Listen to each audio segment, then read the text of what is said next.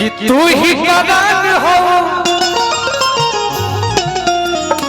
तू हमर जान हो, कि तू ही परान हो। अरे कहा काढ़ के दिखाई दी करे जाके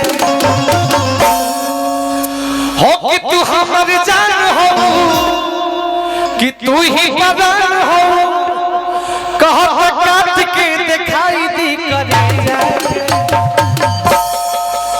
विश्वास ना हो कि हर कहा काढ़ के दिखाई दी करे जाके।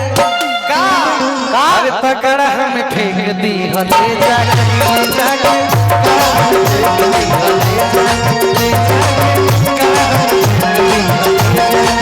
तू हमर जान हो, तू ही परान हो, तू हमर जान हो, तू ही परान हो। कहो तू तो काढ़ के दिखाई दे करे जाके, फेंक दी हले जाके।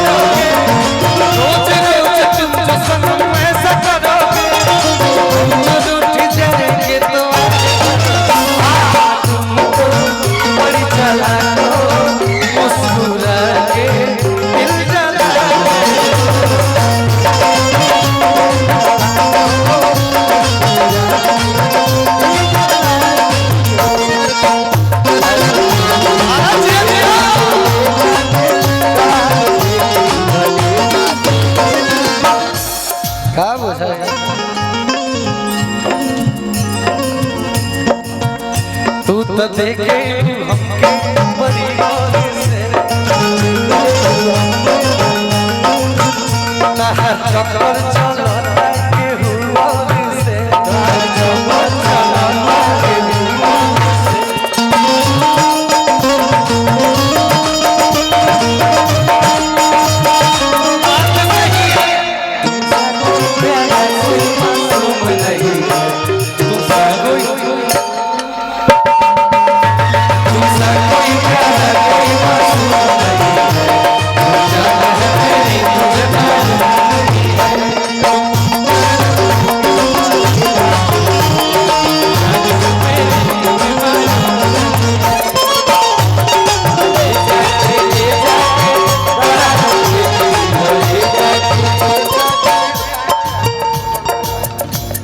अच्छा मनीष भैया, हमारे शुभम भैया के, रवि प्रताप यादव, सब भैया